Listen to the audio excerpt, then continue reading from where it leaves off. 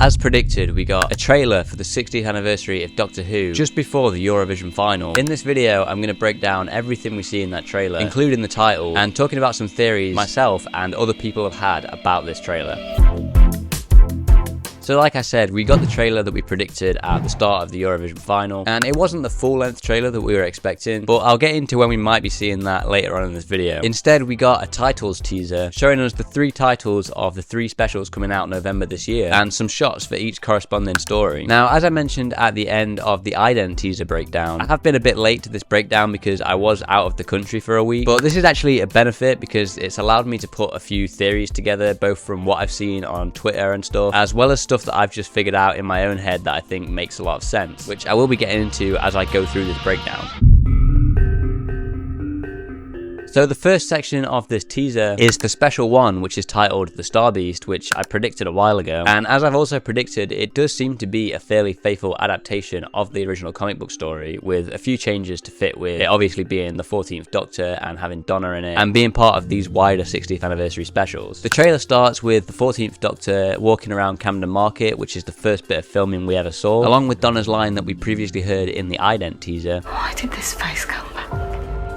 To say goodbye. We see a shot of Donna with some boxes being removed that reveal her face, and some on-set filming reports from last year suggest that this could be the first time the 14th Doctor and Donna meet in this story. We then see a shot of the Doctor and Rose possibly meeting for the first time as a ship crashes above them. Now, a lot of people have started to suggest that they think this is actually the Wrath Warriors ship and not Beep the Meep ship, as we've seen another little ship in previous trailers that some think is Beep the Meep ship. But for me personally, I still definitely think this big ship is Beep the Meep ship, as it looks nearly identical to the comic depiction of Beep the Meep ship, which we've had a better look at in the Christmas Day trailer. But obviously we have also seen the little escape pod in previous trailers as well. So what I think's happening here is this is Beep the Meep ship being shot at, or has already been shot at, by the Wrath Warriors ship, which we don't actually see yet, and that Beep the Meep escapes in his escape pod as it's being shot at and lets the ship crash. And Beep the Meep will spend pretty much the rest of the story hypnotizing unit soldiers with their Black Star drive to help them repair their ship, which I've spoken about in the previous video. Now, speaking of Beep the Meep, we do see him at the end of the trailer amongst some toys, which is a clear reference to a shot from E.T. Now, some have speculated that this location is the Celestial Toymaker's toy shop, which it absolutely could be, but I personally think this is more likely to be either Rose's room or the Temple Noble's garage, as I'm pretty sure Rose and her friends will find Beep the Meep's crashed escape pod, and Rose will take Beep the Meep in, possibly in that box that we've seen her carry in previous trailers, and will try to look after Beep the Meep, as obviously he does look quite cute, but for those who know the character, he can't actually be trusted.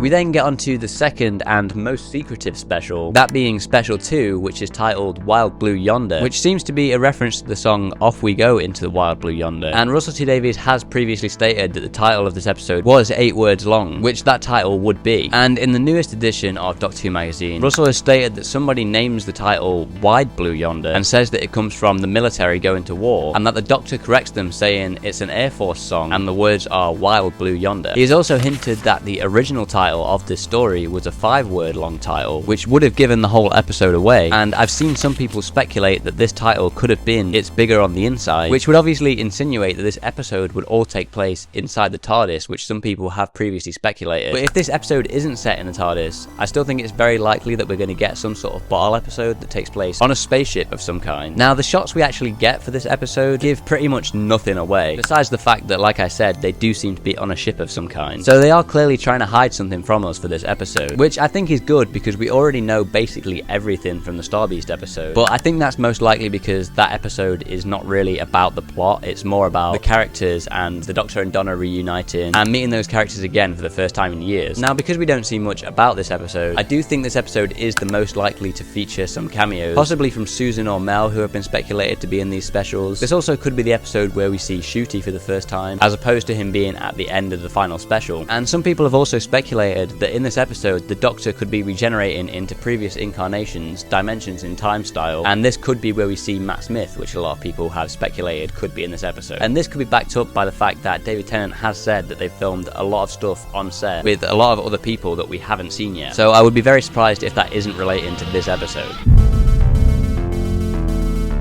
Now the final section of this trailer is for Special 3, which is titled The Giggle, which is a title I've seen a lot of people complaining about, especially considering this is probably a regeneration story. But I personally don't really mind this title, and at the end of the day, it is just a title, so it doesn't really matter. But I can see why some people are a little bit annoyed at this title. Now the first thing we see is a lot of the chaos that we've seen from the Bristol filming, with the 14th Doctor and Neil Patrick Harris, who is presumed to be the Celestial Toymaker. One of these shots is of a guy on a police bike, who I've seen a lot of people speculating about, but I personally don't think he's that important. I think he's just a part of the general chaos, and probably just some guy who's stolen a police bike, although I don't really know why he has a feather on his head, so maybe he is more important than I think. And we also get a better shot of who we suspect to be the Celestial Toymaker dancing with the 14th Doctor, which we had seen during filming. Now, although he's not been officially announced to be in the specials, we have seen that Bernard Cribbins has been filming for the specials, and he can sort of be seen in this trailer during this chaos, as you can see the top of his hat with Donna pushing him in a wheelchair, which he was seen in during the filming. And finally, we get a look at what seems to be the unit base, and this could be a set that's been built for that spin-off that we're first seeing in these specials. And some people have speculated that this base could be in the Shard, as we do get an aerial shot of the Shard in the Christmas Day trailer. We also see the Doctor seemingly using his new sonic screwdriver on one of the screens, which we've had a closer look at during filming, but still not got a proper look at it yet. On these screens, we also see a familiar logo, that being the AMNN logo, which is a news network that we'd seen quite a lot during the first RTD era and not really seen since, which has led some people to believe that we might be seeing the return of Trinity Wells, who was an American news anchor that we saw quite frequently during RTD's first era. She's basically our equivalent of Star Wars' Glup Shitto. Like,